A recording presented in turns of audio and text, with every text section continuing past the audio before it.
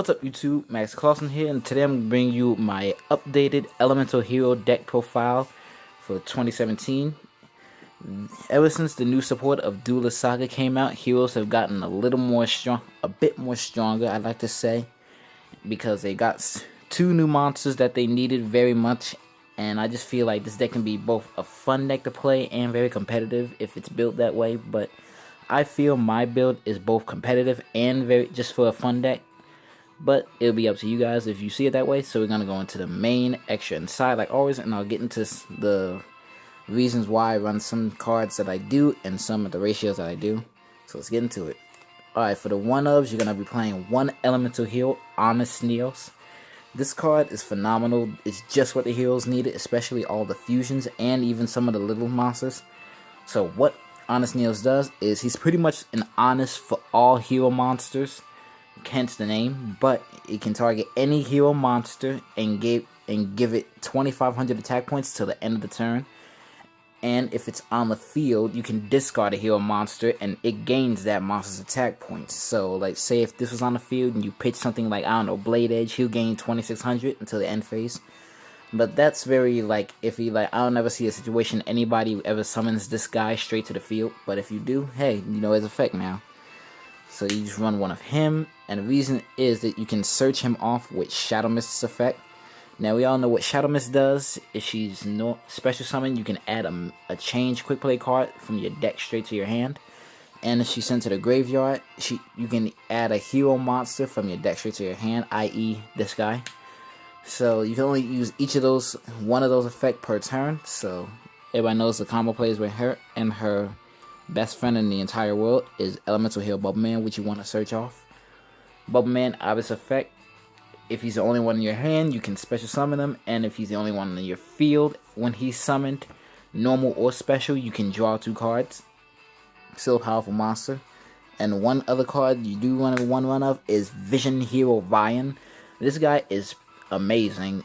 Just for the fact that his effect is if he's summoned anyway, you can send an Elemental Hero monster to the, or actually you can just send a hero monster.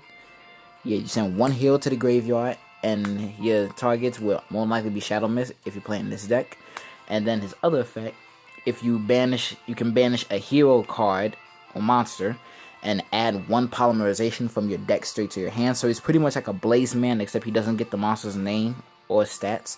But he does get the poly straight to your hand and deck. So he pretty much deck thins your deck for 2. Being if you go summon him, send Shadow Mist, add effect, banish to add a poly. So you're pretty much like a +2 on this guy. Just to normal or special summon, which is amazing. You only want to run one of him just because you can search him off with Rhoda or Shadow Mist. You can't search him off with E-Call because he's not an elemental hero, sadly. That's it for the hero lineup. For the other level 4s, you want to run 3 Tin Goldfish. Tin Goldfish for its Goblinberg effect, except it doesn't go into defense mode, but that's alright. And 2 Summoner Monk, because you play a shitload of spells in this deck, and a very powerful combo you can do, I don't think a lot of people know this, is you can summon him, effect, defense, effect, pitch a spell, summon another copy of him, then use this card's effect, send, and special summon another monster, which is amazing. So your deck you can thin your deck out even more when you're searching out for your Shadow Mist, obviously, or Vian. And the 1-ofs, you do play 1 Goblinberg for his own effect, and then the 1 Max C. I used to judge people. You've running this at 1, but here I am. Yeah, 1 Max C for the draw power because you never get enough of it. And that's it for the monsters. That's literally 15 monsters altogether. Now for the powerful lineup of spells, you run 3 Hero Lives, Ultimate Rare.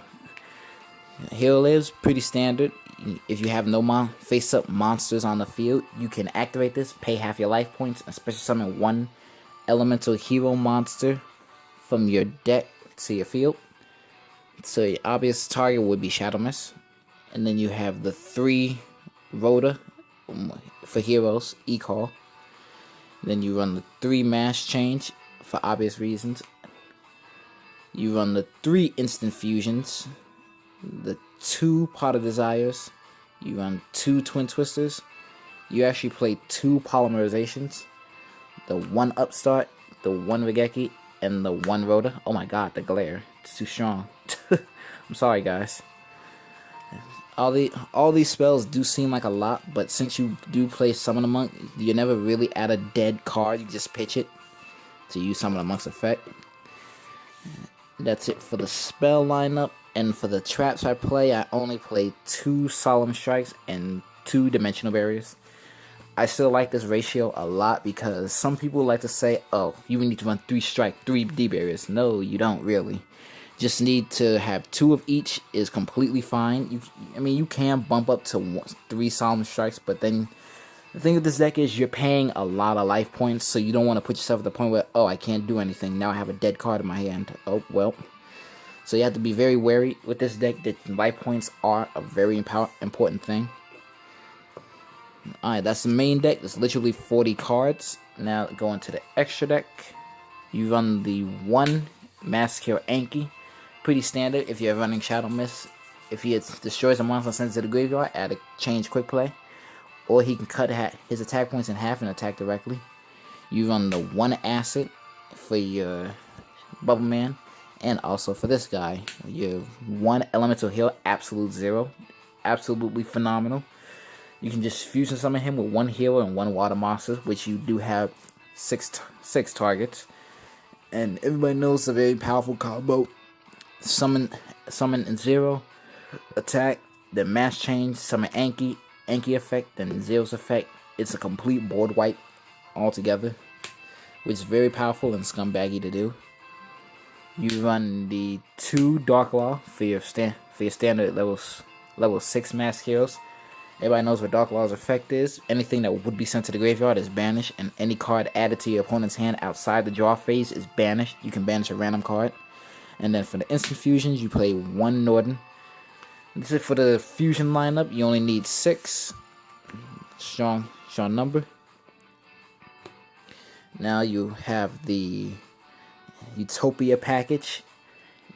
I like this deck a lot because you can just go.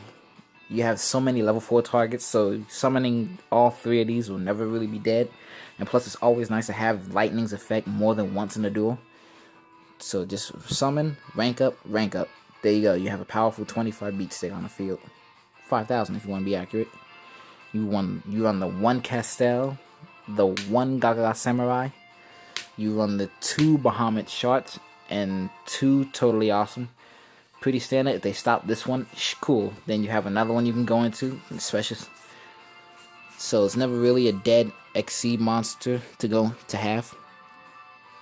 And now for the side deck, I'd actually have 2 more side cards in here, so don't hate me. I will explain why.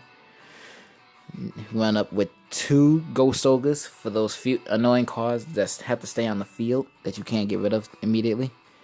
2 Flying Seas for the Burning Abyss and or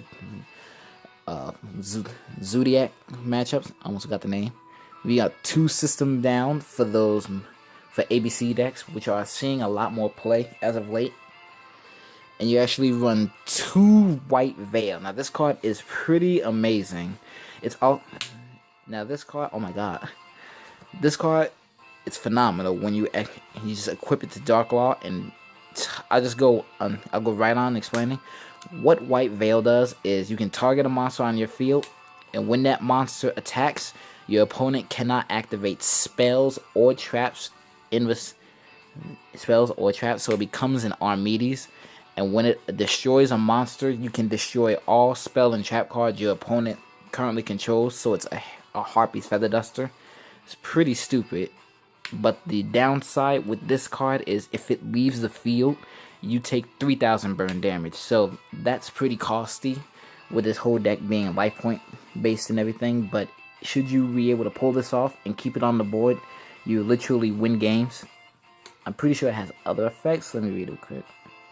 Oh yeah, and face-up spell and trap cards have their effects negated. So anything like a Royal Decree, a Mask of Restrict, field spells, anything. Just negate it and just completely wipes them. This is basically a Cold Wave and a Harpy's Feather Duster. So it's pretty strong and overpowered. I can see this being a very sought after card. But yeah, you only want to play 2 of these, but be very wary when you use it. Now, I'm going to put these down here. These are my extra 2 Storm Mirror Forces. I'll explain what those are for later. But on the other side, I have 2 Grisel Prisons. Since you fusion in this deck, if you control a monster that was tribute or fusion summoned, your opponent cannot summon neither player can XC or Synchro summon. And the Synchro and XC monsters on the field currently have their effects negated to the end phase. So it's a pretty powerful card, and since you do have fusion, what this deck is entirely based on, this card will always see a lot of play. 2 Masker Restrict for those Dark Lord and or Monarch players. 2 Anti-Spell Fragrance for like to make sure you have complete field control, because Regeki does destroy this deck. And you have the 1 Soul Drain, which I find very useful for stuff like Infernoids, Burning Abyss, ABCs, even the frogs, because then they can't banish anything with Rodin. So Soul Drain, anything that is in the graveyard or banished cannot activate their effects. That starts a chain? Yeah, cannot activate their effects. It starts a chain, but that's irrelevant. But now the extra 2 I have are Storm Mirror Force, because this deck needs a lot of defensive power. And I usually side out my Grisel Prisons for this card, because should I be up against a Monarch or a Dark Lord and they go first and they summon Vanity's Fiend, I'm like, alright, cool. Set this, they attack, Storming, send it right back, so now they have to tribute summon for it again, which doesn't usually be hard, but if you have field control afterwards, then you pretty much got the game. So that is my Elemental Hero deck profile. I hope you all enjoyed. If you did, throw this video a like. And if you have any other ideas on how to make this deck better, or if you have any of your own builds or such, leave it down in the comments below. I love hearing your ideas, and I always take them in consideration and give them deep thoughts.